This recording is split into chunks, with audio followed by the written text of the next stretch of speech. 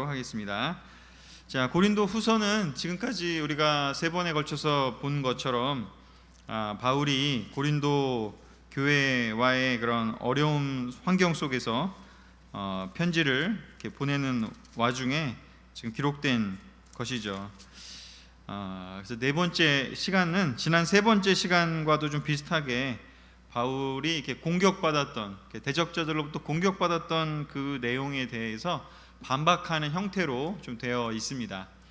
그래서 좀 이렇게 4장을 그냥 하나의 주제로 만약에 주제가 뭘까 그런 생각으로 만약에 4장을 좀 본다면 4장에서 바울이 이야기하고 싶은 주제는 진정한 복음 전도자는 누구인가 라는 그런 주제에 대해서 차근차근 설명을 한다라고 볼 수가 있습니다. 반대로 이 그 주제를 설명한다는 것은 반대로 생각해 보면 바울이 진정한 복음 전도자가 아니다라고 이야기한 사람들이 있었던 거죠. 바울은 좀 문제가 있다. 올바른 복음 전도자가 아니다. 올바른 사역자가 아니다. 라고 이야기를 했던 사람들이 있었던 것이죠. 그래서 그것에 대한 그러한 공격에 대해서 이제 어떻게 보면 좀 변호하는 그런 차원에서 글을 쓰는 내용들이 지금 이어지고 있는데 4장에서도 그 부분에 대해 설명을 하고 있습니다. 그렇다면 우리는 그 당시에 바울은 그런 상황 때문에 그런 이야기를 했다라면, 그리고 그 기록이 성경에 남아 있다라면, 그럼 오늘의 우리는 어떻게 적용할 것인가를 생각을 해봐야겠죠. 만약에 이것이 그냥 어떤 사도에게만 해당된 내용이라면 사실 우리가 뭐 읽을 필요가 있을까요? 그냥 저기 목사님들만 읽으면 되고 그냥 저 훌륭하신 높으신 분들만 읽으면 되지 우리까지 읽을 필요는 없다, 이렇게 볼 수도 있지 않겠습니까? 그런데 성경에 남아있다라는 것은, 그리고 또 원래 예수님이 의도했던 것들, 그리고 또 종교개혁 시대에 뭐 루터와 같은 분들을 통해서 다시 한번 이렇게 예수님이 의도한 바를 알려준 것처럼 복음 전도자라는 것은 바로 예수님의 제자라면 누구나 맡아야 될 사명이고 또 그러한 명칭이라고도 볼 수 있기 때문에 바울이 공격을 받긴 했지만 사실은 바울이 설명한 그 진정한 복음 전도자라는 것은 바로 우리는 누구인가?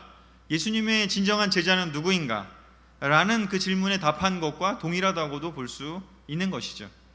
그래서 여기 예배에 참석하고 계신 모든 분들이 다 예수님의 진정한 제자이시기 때문에, 그리고 또 그러한 제자의 삶을 꿈꾸는 분들이 참석하셨다라고 믿기 때문에 오늘 함께 나눌 주제는 바로 우리가 무엇을 해야 되고 우리가 어떻게 해야 되는지에 대해서 바로 이렇게 배울 수 있는 그런 챕터가 아닌가라는 생각이 듭니다. 자, 그래서 4장 1절부터 해서 18절까지 되어 있는데요. 기본적으로 여러분들이 지금 고린도 후서를 펴고 계시다면 4장 1절부터 6절까지가 하나의 단락으로서 진정한 복음 전도자가 누구인가 라는 것에 대해서 바울이 쭉 설명을 한번 하고 있습니다. 그리고 그것에 대해서 7절부터 그리고 15절까지는 그 부분을 이제 질그릇이라는 비유를 들어서, 질그릇 속에 담긴 비유를 들어서 다시 한번 설명을 하고 있습니다. 똑같은 이야기를. 그리고 나서 16절부터 18절까지는 그래서 복음 전도자의 삶이 어떠한 그러한 결과를 낳게 되는가라는 결론으로 이렇게 구성이 되어 있습니다. 그래서 그 흐름에 따라서 제가 여러분들에게 이 고린도후서 4장을 포인트를 잡아서 설명을 같이 드리도록 하겠습니다. 진정한 복음 전도자의 모습은 무엇인가에 대한 그 바울의 논증이죠. 바울의 설명이죠. 그 부분의 첫 번째는 1장 1절에 나와 있습니다. 같이 읽겠습니다. 시작. 그러므로 우리가 하나님의 자비하심으로 이 직분을 받았으니 낙심하지 않습니다. 아멘. 그러므로 라고 이야기를 합니다. 앞에 3장에서도 그런저런 이야기를 했지만 진정한 복음 전도자는 하나님의 자비하심으로 이 직분을 받았다라고 이야기를 합니다. 그래서 낙심하지 않는다. 왜 낙심하지 않을까? 낙심한다는 얘기가 왜 들어있을까? 자꾸 공격당하니까 낙심할 수 있지 않겠습니까? 넌 진짜 복음 전도자가 아니야. 넌 제자가 아니야. 네가 무슨 크리스찬이야. 그런 얘기를 자꾸 들으면 낙심할 수밖에 없지 않습니까? 바로 그런 것처럼 바울도 낙심할 수 있는 상황이었죠. 너무 힘들다. 왜 이렇게 안팎으로 공격이 심할까? 그런 생각이 들겠죠. 그때 바울이 낙심하지 않을 수 있는 이유를 뭘까 생각해 봤더니 첫 번째 그것이 바로 무엇인가?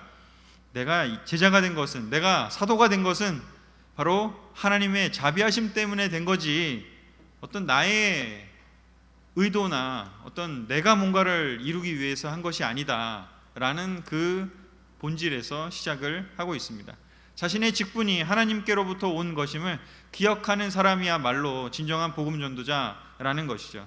반대로 얘기하면 대적자들은 그들의 직분이, 그들이 말도 잘하고 그들이 할례도 받았고 그들이 율법도 잘 알고 그들이 할 수 있는 능력이 많은 아주 탤런티드한, 아주 유능한, 사회적으로도 인정받는 그런 사람이라는 것에서 출발을 한다면 우리 제자는, 예수님의 복음을 전하는 그 사람은 누구라도 우리의 이 직분이, 우리의 이 삶이 그런 인간적인 것에서 기반한 것이 아니라 하나님께로부터 왔음을, 하나님의 자비하심으로부터 왔음을 우리가 기억할 때 이 삶을 시작할 수 있다라는 것이죠.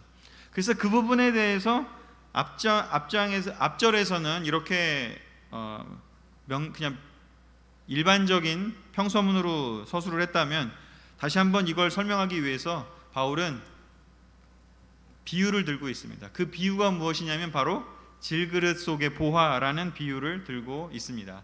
4장 7절에 바로 이 부분을 다시 한번 설명한다고 볼 수 있는데요, 같이 읽어보겠습니다. 고린도후서 4장 7절입니다. 시작. 그러나 질그릇 같은 우리 속에 이 보화를 가진 것은 그 엄청난 능력이 하나님에게서 나온 것이지 우리에게서 나온 것이 아니라는 것을 보여주기 위한 것입니다. 아멘.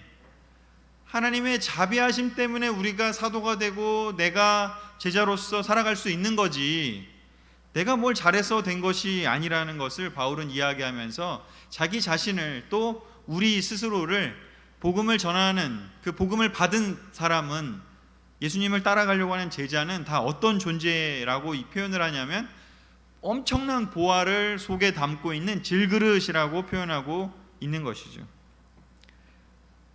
질그릇, 귀중한 것을 안에 담을 그릇은 아닙니다. 사실은 질그릇은 그냥 유약도 바르지 않고 대량으로 생산해서 그냥 깨지면 그냥 버리기 쉬운 아주 값싼 그런 그릇이 질그릇인 것이죠. 엄청난 황금으로 만들었거나 금그릇이거나 은그릇이거나 보석으로 만든 그릇이 아니라 질그릇이라고 스스로를 표현하고 또 우리의 정체성을 표현하고 있습니다. 대적자들은 넌 왜 그거밖에 못해? 너는 문제가 있어. 너는 사도라고 불릴 자격이 없어. 그럴 자격이 있으려면 이런 것도 할 줄 알고 저런 것도 할 줄 알고 이런 능력도 있고 저런 능력도 있어야 돼 라고 이야기를 하지만, 바울은 이야기합니다. 그래, 너네들이 맞아. 근데 그게 오히려 우리를 하나님이 사용하게 하신 이유야 라고 오히려 반박하고 있습니다. 너희들이 잘못 알고 있는 것이다. 하나님은 질그릇 같은 사람을 쓰시지 너희처럼 잘났다고 스스로를 드러내는 사람을 쓰는 분이 아니다. 고린도전서 초기에도 1장 2장에도 그런 이야기를 하셨죠. 세상에서 잘났다고 하는 사람들 쓰신 게 아니라 세상에서 보기에 별로 대단해 보이지 않는 사람들을 사용하셔서 이 복음을 전하는 일에 참여하게 하셨다고요. 바울은 연약한 자신을, 그래 나 질그릇이야. 근데 중요한 건 내가 질그릇이지만 하나님이 나 같은 연약하고 작은 존재에게도 이 복음을 전할 수 있는 그러한 권한을 나에게 주셨어. 예수님의 제자가 될 수 있는 그러한 권한을 주셨어. 그래서 내가 대단한 것이고 그래서 내가 힘이 나는 것이지 나 자신을 드러낼 일은 나는 아무것도 없다. 근데 너희들이 금그릇 같고 은그릇 같고 보석 같고 능력이 많다 할지라도 너희 속 안에 들어있는 것이 쓰레기 같고 냄새나고 상한 음식과 같은 것이고, 또한 너무나 보기 흉한 그런 벌레 같은 것들이 득실득실하다면, 구더기 같은 것들이 들어있다면 그게 무슨 자랑할 것이냐라고 오히려 이야기를 하고 있는 것이죠.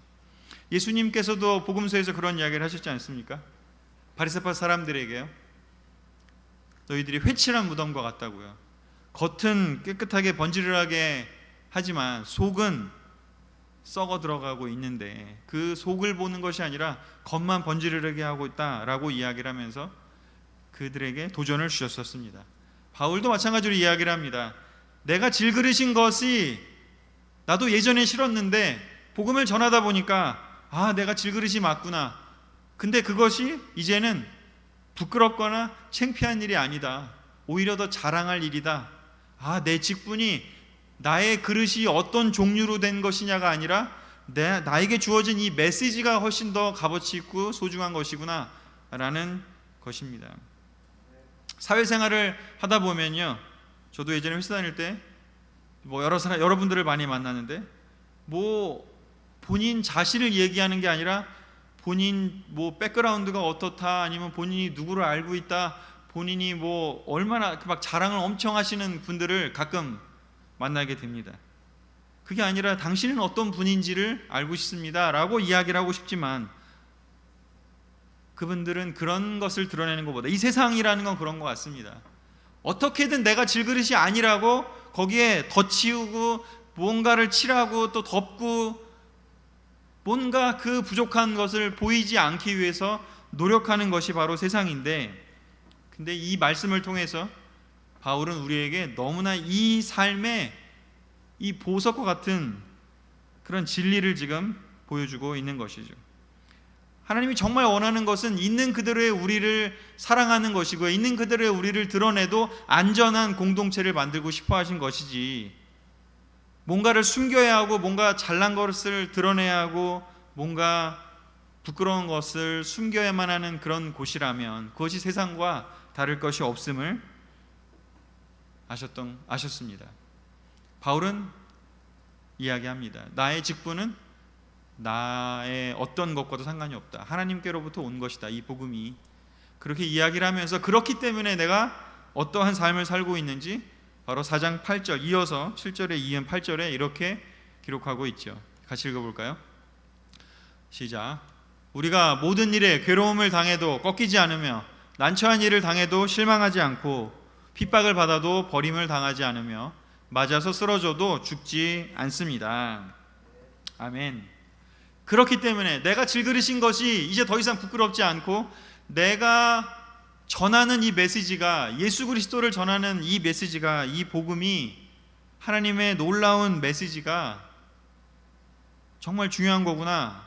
그래서 이 일을 할 때 내가 힘들더라도, 괴로움을 당해도, 내가 괴로움을 당해도 꺾이지 않고, 좀 난처한 일을 당해도 실망하지 않고, 핍박을 당해도 또 맞아서 쓰러진다 할지라도 죽지 않는다라고 이야기를 합니다. 왜냐하면 이건 내 일이 아니라, 개인적으로 받아들일 일이 아니라, 이 일을 하면서 겪는 그 어떠한 상황도 나한테 그러는 것이 아니라, 나 때문에 그런 게 아니라 예수님의 메시지를 전하는 일 때문에 그런 거라면 이건 예수님이 싫어서 그런 것이지, 내가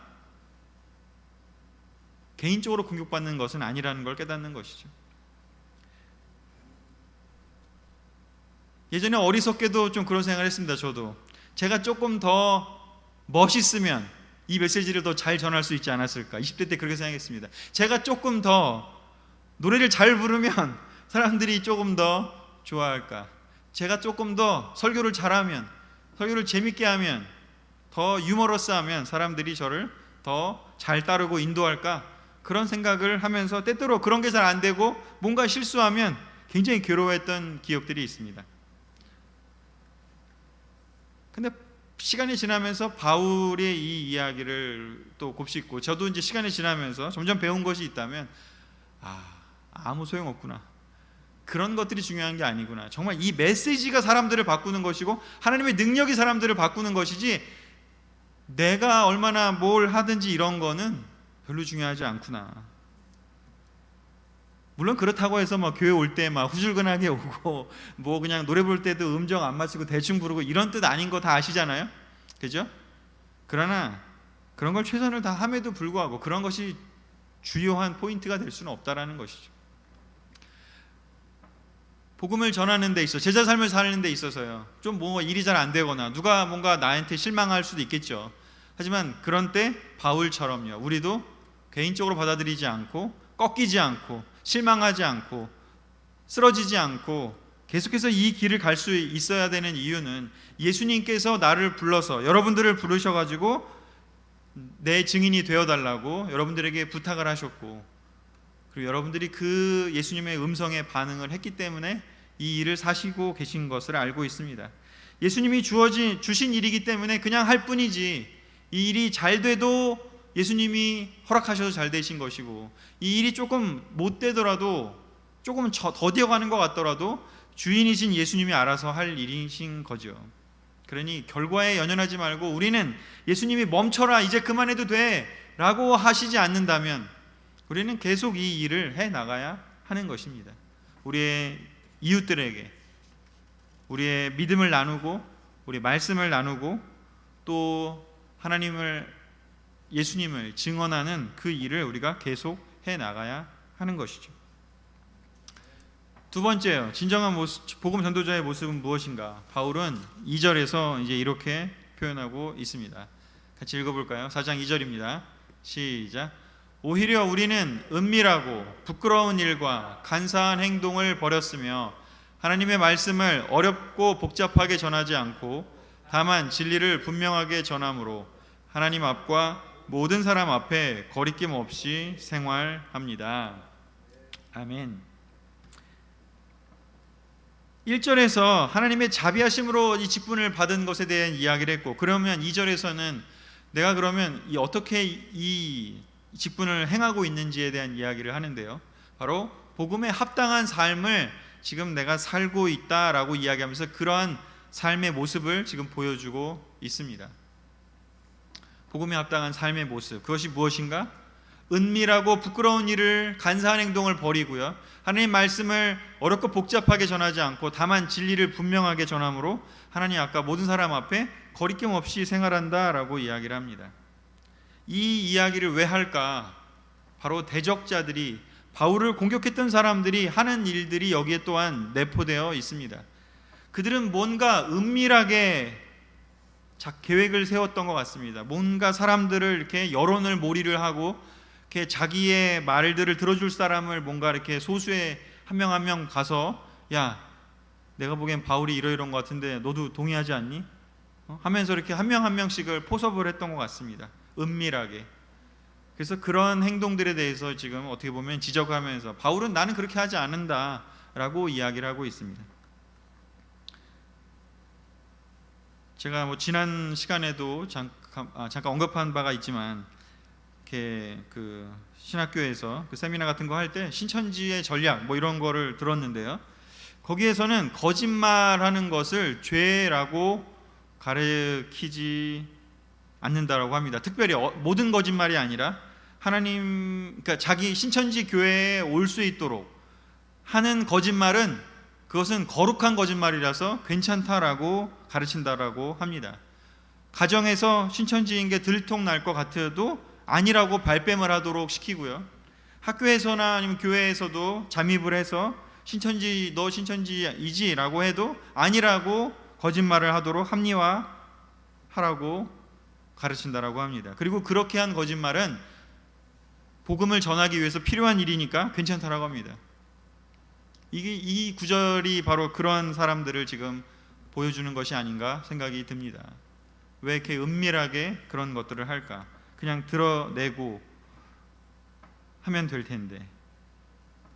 말씀과 진리를 분명하게 명백하게 전해야 하는데, 목적을 달성하기 위해서라면 속임수, 눈속임이라도 사용하려는 행태, 그것들이 이 세상의 사람들이 목적을 이루기 위해서 행동을 정당화하는 그런 일들을 우리는 종종 보게 됩니다. 뉴스를 보면 너무 많이 나오죠. 특별히 사회에서는요, 정치하는 이야기들 속에 그런 모습들이 들어있고요, 거짓말하는 것이 너무나 일상화되어 있습니다. 자기의 목적을 위해서라면. 그러나 복음에 합당한 삶을 사는 사람은 그렇게 살지 않아야 합니다. 설령 좀 손해가 나더라도요. 우리들 가운데 회사에서 참 그렇게 멋지게 믿음으로 조금 힘들지만 그런 일들을 하시는 분들이 예전에 참 많이 그런 쉐어링을 들었던 것 같습니다. 거짓말을 하지 않기 위해서, 그리고 뭔가 옳지 않은 일을 하지 않기 위해서, 때때로는 상사의 좋은 평가를 못 받는다 할지라도, 때때로는 불합리한 것을 드러내는 것 때문에 개인적인 피해를 본다 할지라도 그것을 거기에 그 나쁜 행동들에 참여하지 않는 그런 이야기들을 참 많이 들었고 자랑스럽게 여겼던 것들을 기억을 해봅니다. 복음에 합당한 삶을 사는 사람이요, 바울은 자기 자신이 그렇게 살아가고 있음을 이야기하고 있습니다. 우리 또한 복음에 합당한 삶을요, 이 삶이 제자가 되기 위해서 이렇게 살아야 된다? 그거랑 전혀 다른 이야기겠죠. 제자가 되기 위해서는 하나님의 자비가 필요한 것이지 우리가 이런 행동들을 해서 제자가 되는 건 아니죠. 그러나 제자가 되었다라고 한다면 감사하기 때문에, 그리고 복음이 무엇인지 알기 때문에 우리의 삶이 바뀔 수가 있는 것이죠. 뒤쪽에서 바로 또 한 번 이 부분에 대해서 바울은 설명하고 있습니다. 4장 10절 같이 읽겠습니다. 시작. 우리가 이렇게 항상 예수님의 죽으심을 몸소 체험하는 것은 예수님의 생명이 우리 몸에 나타나게 하려는 것입니다. 아멘. 복음에 합당한 삶을 살기 위해서 그냥 명백하게 드러나는 이 삶이요, 은밀하지 않고요, 부끄럽지도 않고 간사하게 행동하지 않고요, 하나님 말씀을 그냥 분명하게 전하는 것이요, 이렇게 살면 어떤 일이 벌어질까요? 예수님의 죽으심을 몸소 체험하는 일이 벌어지죠. 고통을 당할 수 있습니다. 사람들로부터 지적을 받을 수 있습니다. 넌 왜 이렇게 융통성이 없냐? 예수님의 죽으심이요, 예수님이 왜 죽었습니까? 바로 그런 삶 때문에, 진리를 사람들에게 이야기했기 때문에, 성전을 뒤집어 엎었기 때문에, 문제가 문제다라고 이야기를 하셨기 때문에, 바리새파 사람들에게 당신이 잘못했습니다 라고 이야기했기 때문에 고통을 당하셨습니다. 사탄의 세력, 사탄의 하수인들은 늘 자기들이 공격당하면요 어떻게 하죠? 공격하는 사람을 제거하려고 합니다. 오히려 맞받아 치죠. 그래서 예수님이 그 죽으심을 당할 수밖에 없었던 것이죠. 바로 복음에 합당한 삶을 살게 되면요 어떤 일이 벌어지냐면요 어려움이 옵니다. 예수님의 죽으심을 몸소 체험하게 돼요. 근데 잘 생각해 보시면 디모데에서 나오지만 예수님의 뜻대로 살려고 하는 사람은 모두 핍박을 당할 것입니다 라고 나오지만요, 어느샌가부터 우리의 삶에 핍박이 없다라고 한다면 어쩌면 우리는 그냥 세상과 타협하고 있는지도 모르겠습니다. 예수님의 죽으심을 몸소 체험하기보다는 그냥 물에 물 탄 듯 술에 술 탄 듯 그냥 세상과 큰 차이 없이 제자의 모습이 사라지고 복음에 합당한 사람의 모습이 사라지고 그냥 아무 색깔이 없는, 소금의 그 짠맛이 없는 그냥 그런 맹숭맹숭한 물이 되어버리게 되는 것이죠. 복음에 합당한 삶에는 예수님의 죽으심이 몸소 체험됩니다. 여러분이 어쩌면 특별히 인도하시는 분들은 아마 제 말이 더 무슨 이야기인지 더 와닿을 것입니다. 누군가를 도와주고 인도한다는 것은 정말 예수님의 죽으심을 몸소 체험하는 것 같은 경험을 하게 됩니다. 복음에 합당한 삶을 살게 된다면 그런 어려움도 있지만, 근데 그걸 통해서 바울은 무엇을 얻을 수 있다고 얘기하죠? 궁극적으로요, 예수님의 생명이 우리 몸에 나타나게 될 거라고 이야기를 합니다. 우리는 눈앞에 보이는 그 아픔, 그 뭔가 어색함, 뭔가 그 공격당하는 게 싫어서 타협을 하기 쉽지만, 근데 그 앞에서 stand firm 하게 서서 소금의 맛을 낼 때 어떤 일이 벌어지는지요? 예수님의 생명이 드디어 빛을 발하게 된다라는 것이죠. 왜냐하면 그렇게 진리를 심플하게 이야기를 할 수 있고 그렇게 올바른 것을 이야기할 수 있는 사람은 그 사람의 능력으로 하는 게 아니라고 아까 첫 번째 얘기했죠. 하나님의 자비하심 때문에 그 일을 할 수 있다라고 얘기했어요. 그렇기 때문에 그런 사람한테는 그 사람의 모습이 사라지고 예수님의 생명이 그 사람에게 나타나게 되는 것이죠. 저도 원하는 것이 바로 이건 것 같습니다. 예수님의 죽으심을 조금 경험하고 예수님의 생명이 내 몸에 나타나기를 원합니다. 제 영혼에 예수님의 생명이 나타나기를 원합니다. 너무 잘 안 나타나서 고통스럽고 힘들긴 하지만 예수님의 생명이 세례받은 이후로 점점 더 많이 내 몸에, 제 삶에 나타나게 되어 가고 있음을 생각해 봅니다. 아마 옛날 제가 이번 주에도 기도하면서 생각해 본 것이, 제가 아마 예수님 제자가 되지 않았더라면, 예수님의 생명이 제 몸에 나타나지 않았더라면 저는 아마 굉장히 공격적으로 사람들과 싸우면서 살고 있는 사람이지 않았을까. 예수님의 생명이 나타나는 것보다는 나를 보호하기 위해서 다른 사람들을 공격하는 사탄의 하수인이 되어서 살고 있지 않았을까 생각이 됩니다. 우리 모두 다 같이 He died for me, I live for him. 예수님이 나를 위해서 죽으셨기 때문에 내가 예수님을 위해서 산다라고 하는 그 갈라디아서의 그 정신을 바로 우리가 다시 한번 기억했으면 좋겠습니다. 자, 마지막 세 번째요. 고린도서 4장 5절 같이 읽어보도록 할까요? 진정한 복음 전도자의 모습은 세 번째로 무엇일까요? 같이 읽겠습니다. 시작. 우리는 우리 자신을 전파하는 것이 아니라 예수 그리스도가 주님이 되신다는 것과 우리는 예수님을 위한 여러분의 종이라는 것을 전파하고 있습니다. 아멘. 세 번째는요, 예수 그리스도의 주인 되심, 주님 되심을, 주 되심을 전하는 사람입니다. 진정한 복음 전도자는요, 그 메시지가 무엇이냐, 메시지가 예수 그리스도가 주인이라는 것을 전하는 사람입니다. 자기를 드러내는 것이 아니라, 사람들의 인정을 받기 위해서가 아니라 예수님이 주인 되어야 한다라는 것을, 그것을 사람들에게 알리는 겁니다. 이 메시지는요, 어떤 사람에게는 향기롭게 들리겠지만 어떤 사람에게는 너무 싫을 거예요. 왜냐하면 예수님이 주인이다라는 얘기는 예수님께 순종해라라는 얘기잖아요. 생각보다 자기 마음대로 살고 싶지 순종하기 좋아하는 사람이 드물죠. 예수 그리스도의 주되심을 선포한다는 것은 그만큼 사람들이 사실은 듣기 좋은 이야기를 하는 것은 아닙니다. 내가 하고 싶은 대로 하며 살아, 네 뜻대로 해, 마음대로 해, 그런 얘기를 좋아하지, 요즘 세상에 누가 예수님이 주인입니다, 예수님 뜻대로 사세요 라는 이야기를 좋아하겠습니까?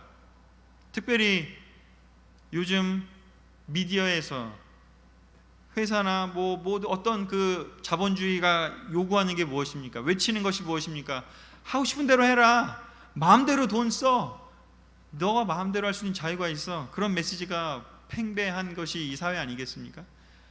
그런데 진정한 복음 전도자는 예수 그리스도가 주님이다, 예수님이 우리 삶의 주인이시기 때문에 예수님 말씀대로 살아야 비로소 행복할 수 있다 라는 그 메시지를 전해야 하는 것이니 얼마나 사람들과 부대끼겠습니까? 그 뒤에요, 14장 그 뒤쪽에, 그 질그릇 비유 그 뒤쪽에서는 이 부분을 어떻게 설명하는지 우리 14절을 같이 읽어보겠습니다. 시작. 주 예수님을 다시 살리신 하나님이 예수님과 함께 우리도 다시 살리셔서 여러분과 함께 우리를 그분 앞에 세워주실 것을 우리는 알고 있습니다. 아멘. 이 구절은 앞 구절과 너무 이렇게 본딩해서 이렇게 묶어서 봐야 된다는 생각이 듭니다. 예수님이 주님입니다, 예수님께 순종해라, 그러면 사람들이 다 싫어해요. 근데 그 메시지에 이 메시지를 더해야 사람들을 설득할 수 있습니다. 어떤 설득이요? 예수님을 순종하면 그 예수님을 다시, 하나님께 순종했던 예수님을 하나님이 다시 살리셨다라는 그 메시지요. 그러니 너희가 예수님께 순종하면 하나님이 너희를 예수님처럼, 예수님께 하신 것처럼 너희를 다시 부활시키실 거야, 너희를 새롭게 하실 거야, 너희를 완전히 변화시키실 거야 하는 이 메시지를 바울은 뒤에서 설명을 추가로 하는 것입니다. 그냥 전하면, 그냥 순종해, 우리 자녀들에게 아빠가 얘기하니까 그냥 순종해, 그러면 아주 어릴 때는 네 이러지만 시간이 지나면 왜요? 왜요? 이해가 안 되는데요? 난 이거 하고 싶은데, 그냥 그렇게 얘기하지 않습니까? 그래서 바울도 추가적인 설명을 더 하는 것이죠. 우리가 순종을 얘기하는, 예수님이 주님이라고 얘기하는 이유는 무엇이냐? 그래야, 예수님이 주님인 걸 받아들여야 예수님이 부활했던 것처럼 너희들도 부활할 수 있기 때문이다 라는 것이죠. 우리가 아이들과 왜 깊게 대화를 해야 될까? 왜 설명을 많이 해야 될까요? 아이들뿐만 아니라 사람들에게요. 예수님 싫어요. 나 예수님 뜻대로 하는 거 싫어요. 나 내 마음대로 할래요. 이런 사람들과 왜 대화를 깊게 해야 될까요? 이런 메시지가 들어가야 그들이 이해할 수 있으니까요. 여러분들처럼 너무나 성숙하시고 너무 훌륭하셔가지고 그냥 예수님이 주님이다 하는 것에, 그 메시지에 아멘 하고서 세례 받으신 분들은 너무 특별하신 분들이지만, 대부분의 사람들은 예수님이 주님이라서 그래서 내 삶이 어떻게 되는데? 하는 그 질문에 대한 대답을, 그 미래에 대한 설명을 너무 듣고 싶어 해요. 예수님을 만나서 어떻게 삶이 좋아지는데, 예수님이 부활하신 것이 내 삶에 어떤 부활이 있을 건데, 뭐가 좋아지는데, 그 이야기를 너무 듣고 싶어요. 설득당하고 싶어요. 복음 전도자는 예수님의 주되심을 잘 전하는 사람이 되어야 하는 것 같아요. 그렇기 때문에 예수님이 하나님께 순종했을 때 예수님이 어떤 영광을 얻으셨는지, 그것을 우리가 잘 이해하고 또 우리 삶에서 그런 체험을 한 것을 우리가 잘 전달할 수 있는 사람이 되어야 한다라는 생각이 듭니다. 설득을 잘하고, 그것이 정말 그 사람들이 듣기에도 와, 내가 너무 지금은 조금 힘들지만 부활을 하겠구나, 그런 걸 깨닫게 되면 그들도 예수님이 주님이시라고 고백하시는 것에 거부감을 덜 느끼게 될 것입니다. 그래서 이렇게 예수님의 주되심을 전하는 제자들의 삶은 어떻게 변해가게 될까요? 고린도서 4장 16절 18절에서 이제 정리를 하고 있습니다. 같이 읽어볼까요?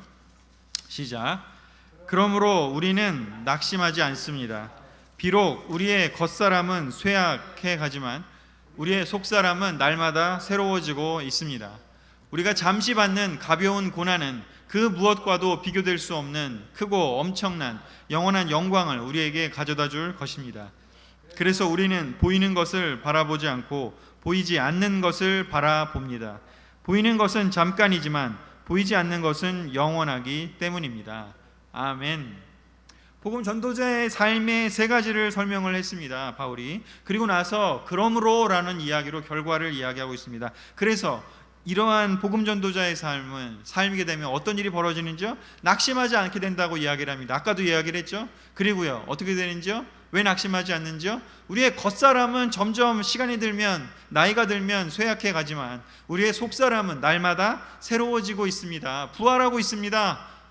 물론 마지막 날에 하나님 앞에 가서 온전히 부활하겠지만, 이 세상에서 제자로 사는 동안에도 우리의 속사람은, 우리의 영혼은 날마다 조금씩이라도 새로워지고 있다라는 것을 바울은 고백합니다. 우리가 잠시 받는 가벼운 고난은 잠시 예수님의 죽으심에 동참해야 되지만, 그렇지만 그 뒤에 오게 될 무엇과도 비교될 수 없는 크고 엄청난 영광을 우리에게 가져다 줄 것입니다. 우리에게 보여질 크고 엄청난 그 영광을 우리가 바라볼 때 이 가벼운 이 고난이, 지금 눈앞에 보이는 이 고난이 가벼워 보일 수 있게 되는 거죠. 이 고난이 가볍다라고 얘기해서 될 일이 아니라 우리가 지금 바라보고 있는 그 얻게 될 것이 정말 엄청나고 크고 놀라운 그 영광인지를 바라볼 수 있어야 그 고난을, 눈앞에 보이는 것들을 이겨낼 수 있게 되는 것이죠. 제가 팀들 또 캠퍼스들에게 여러 번 이야기를 합니다. 하나님께서 너희들에게 놀라운 그런 베스트한 미래를 준비해 놓으셨다라고 성경에 기록되어 있는 구절들도 보여주고 또 제가 말도 합니다. 와닿지 않겠죠. 그냥 지금 당장 눈앞에 보이는 거 너무 하고 싶겠죠. 근데 그거를 바라볼 수 있어야 하나님 믿음으로 하나님께서 하라고 하신 것들을, 예수님께서 하라고 하신 것들을 해나갈 수 있을 겁니다. 믿음이 없이는 이 삶을 살 수가 없죠. 눈앞에 보이는 것들에 포커스하는데 어떻게 믿음으로 살 수 있겠습니까? 보이는 것을 바라보는 것이 아니라 보이지 않는 것을 바라볼 수 있는 삶이 바로 바울이 이야기하는 삶이죠. 보이는 것은 잠깐이라고요. 근데 젊으면 젊을수록, 어리면 어릴수록 지금이 너무 그냥 영원할 것 같고 시간이 안 흐를 것 같잖아요. 예전에 정말 20대 때 한 뭐 만기 10년짜리 15년짜리 보험 들었을 때 이게 언제 이게 만기가 올까 했었는데 시간 지나 보니까 지나갔더라고요. 잠깐이죠. 대학생 때는 진짜 40대 안 올 줄 알았죠. 근데 오더라고요.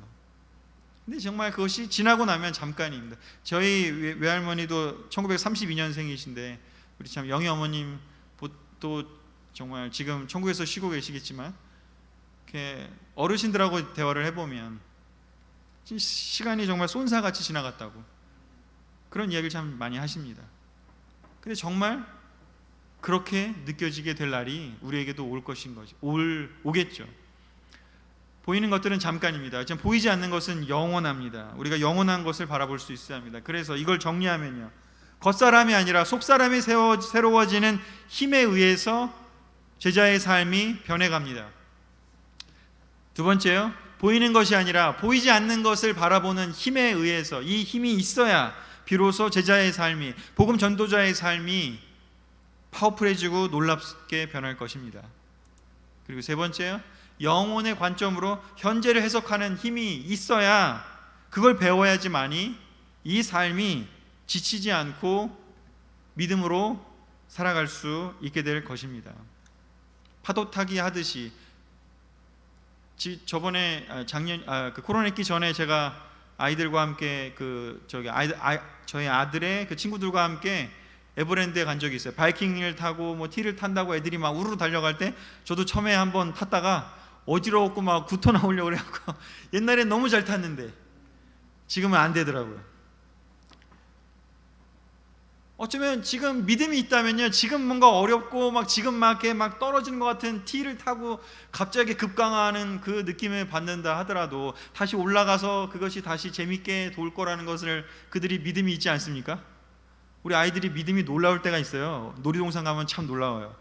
근데 이 세상에서의 이 일상의 삶에서 참 어렵죠. 영혼의 관점으로 현재를 해석하는 힘이요, 이 세 가지 힘이 있어야 비로소 제자의 삶이 놀라운 삶이라고 고백할 수 있습니다. 바울은 그렇게 놀라운 삶을 살았다라고 지금 자기 자신을 변호하면서 또 설명합니다. 참 아이러니하게도 제가 몇 번 지지난 시간에도 이야기를 했지만 이 대적자들의 공격 때문에 너는 사도가 아니야, 너는 사도로 자질이 없어, 너는 그런 문제가 있어 라고 하는 지적을 받았기 때문에 바울은 그것을 설명을 해야 되는 입장에 취해 있다 보니까 이 글을 남겼습니다. 그런데 이 글이 우리에게 얼마나 도움이 됩니까? 우리가 바울이 겪는 것과 똑같은 걸 겪는 건 아니지만 우리도 비스무리하게 그런 것들을 겪으면서 살고 있기 때문에 진정한 복음 전도자 사도들이 겪는 일이 우리 제자들이 겪는 일과 뭐 다를 게 있겠습니까? 단 복음을 사람들에게 전하고 사람들을, 옆에 있는 사람들을 한 명 한 명을 사랑하려고 노력을 할 때, 그때 우리는 바울이 겪었던 그 어려움을 우리도 겪을 거고, 바울이 해결책을 찾아 나갔던 것처럼 우리도 해결책을 찾아 나가게 될 것입니다. 정리할까요? 왜 끝나죠? 자, 고린도후서 4장 1절에서 18절 정리하면요, 첫 번째, 자신의 직분이 하나님께로부터 온 것임을 기억하는 사람. 두 번째, 복음에 합당한 삶을 사는 사람. 세 번째, 예수 그리스도의 주님 되심을 전하는 사람. 이렇게 세 가지 이야기를 바울이 4장에서 우리에게 해주고 있습니다. 우리 또한 우리가 어떠한 제자의 삶을 살아야 할까, 또 우리가 진정한 복음 전도자로서 제자로서 삶을 살아야 우리의 말을 들을 사람들에게 영향을 제대로 줄 수 있을 것입니다. 그것을 기억하면서 또 결심하시면서 내일부터 또 새롭게 우리의 삶을 바꿔가시면서 우리 은혜 받으시는 모든 분들 되시기를 간절히 바라며 오늘의 말씀을 마치겠습니다.